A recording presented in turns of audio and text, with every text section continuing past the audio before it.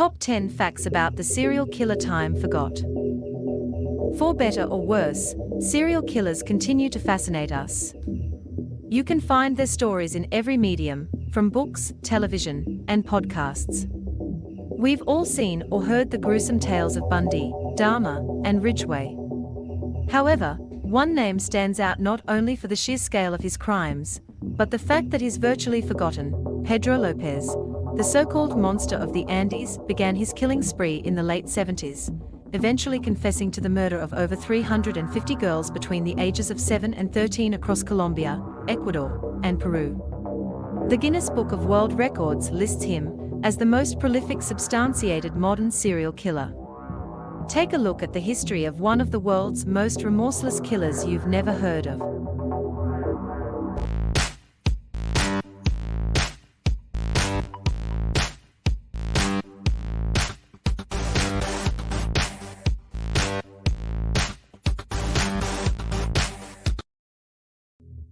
Number 10. Origins.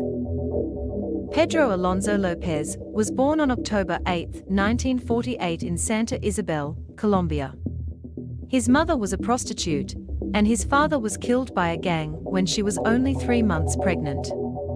The seventh child amongst 13 siblings, Pedro was kicked out by his mother at the age of 8 for fondling one of his sisters. The young boy made his way to Bogotá, Colombia's capital, where he joined a gang of fellow homeless children and began using an impure form of cocaine known as bazuco. After a time, a man offered to take him in, even offering him a bed. Instead, the man took young Pedro to an abandoned building and brutally raped him over and over again. Number 9. Cruel World. At the age of 10, an American couple found him on the streets and took him in. He was even enrolled in a school for orphans. This happiness was short-lived, however, and at the age of 12 Lopez was molested by a teacher. He ran away back to the streets, the only home he'd known. Years later, Lopez himself would address his feelings on his molestations with the quote, "I decided then to do the same to as many young girls as possible." Number 8. First murders. For the next 6 years, Lopez supported himself by stealing cars and selling them to chop shops. When he was finally caught and arrested, he again found himself the victim of sexual abuse when he was gang raped in prison. This time, however, Lopez would not be a helpless victim, and the monster of the Andes was born when he stalked and killed the men responsible with a makeshift knife. When he was finally released, his true reign of terror would begin and shock the world. Number 7. Monster of the Andes. Lopez made his way to Peru and began seeking out young girls at local markets. He'd sometimes follow and watch a potential victim for days, waiting for the right moment. When the time was right, he'd lure the girl away with promises of gifts, such as a hand mirror. Once they went with him, they'd walk to one of his hideaways, which often would have a grave already prepared. He'd hold them lovingly, calming them by cuddling until sunrise, when they were brutally raped. Afterward, Lopez strangled them as the sun rose. Some of his victims took between 5 and 15 minutes to die. He'd later recall, "When the sun rose, I would strangle her. It was only good if I could see her eyes. I never killed anyone at night. It would have been wasted in the dark. I had to watch them by daylight." Number 6. Escalation. Lopez had an insatiable lust for murder.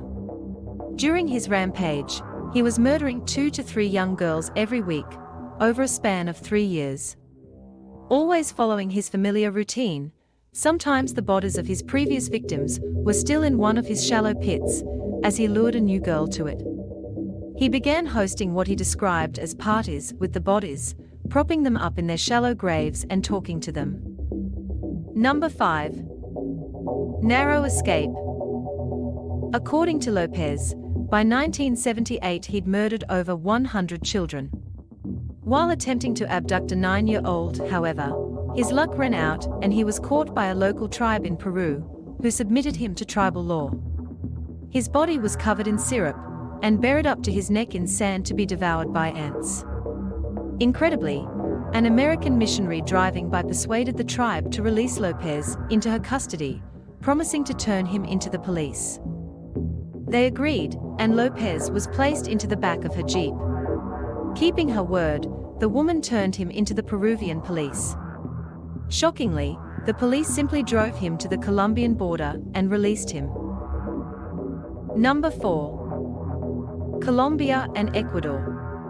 Lopez immediately continued his slaughter once in Colombia. He soon moved to Ecuador, doing the same, again killing between 2 and 3 girls a week. Years later he'd be quoted as saying, "I like the girls in Ecuador, they are more gentle and trusting, more innocent." The alarming rate of disappearing girls worried the populace. Families set out to find their missing children, even taking out ads in newspapers. Their fears would be confirmed in 1979, when, near the town of Ambato, an overflowing river brought the bodies of 4 of Lopez's victims onto the banks. Now the people of Ecuador knew there was a child killer among them. Number 3. The monster captured. 3 days after the bodies washed ashore, Lopez attempted to abduct 10-year-old Maria Poveda from a market. This time, however, the girl's mother, Carlina, saw him walking away with her daughter and screamed. Lopez found himself surrounded by an angry mob, who held him to the ground until police arrived. He was an immediate suspect in the murder of the riverbank children. Unfortunately for the police, Lopez was uncooperative and refused to answer questions. This led to a creative idea from investigator Pastor Gonzalez. Gonzalez posed as a fellow prisoner and won Lopez's trust by claiming to be in jail for rape. Number 2. Confession and sentence. Lopez led police to the bodies of over 53 victims that he could remember the locations of. Together with his confessions, he was officially charged with the murders of 110 children. He also confessed to over 200 more, but shockingly, the police refused to charge him on the additional murders as additional trials in Colombia and Peru would have been too complex and costly.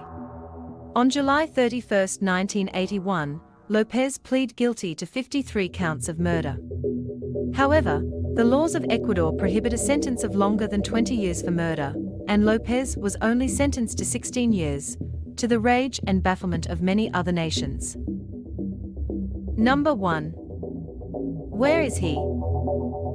Even more frustratingly, on August 31, 1994, Lopez was released for good behavior, only having served 14 years of his sentence. During his incarceration, he gave one of his only interviews to reporter Ron Leitner, which included this chilling quote: "There is a wonderful moment, a divine moment when I have my hands around a young girl's throat. I look into her eyes and see a certain light, a spark, suddenly go out. Her fingers flutter briefly. The moment of death is enthralling and exciting. Only those who actually kill know what I mean. Someday, when I am released, I will feel that moment again. I will be happy to kill again. It is my mission." Upon release, he was immediately deported to Colombia, which attempted to convict him of murder from 20 years prior. Instead, he was declared insane and institutionalized. He stayed in the hospital for 3 years, until he was declared sane and released on a measly $50 bail. He visited his elderly mother seeking money, but once discovering she had none, promptly sold her only bed and chair, then vanished. Besides vague rumors and conflicting reports, he was never seen again. However, in 2002, Interpol released an advisory to Colombian authorities, recommending his rearrest over a new murder.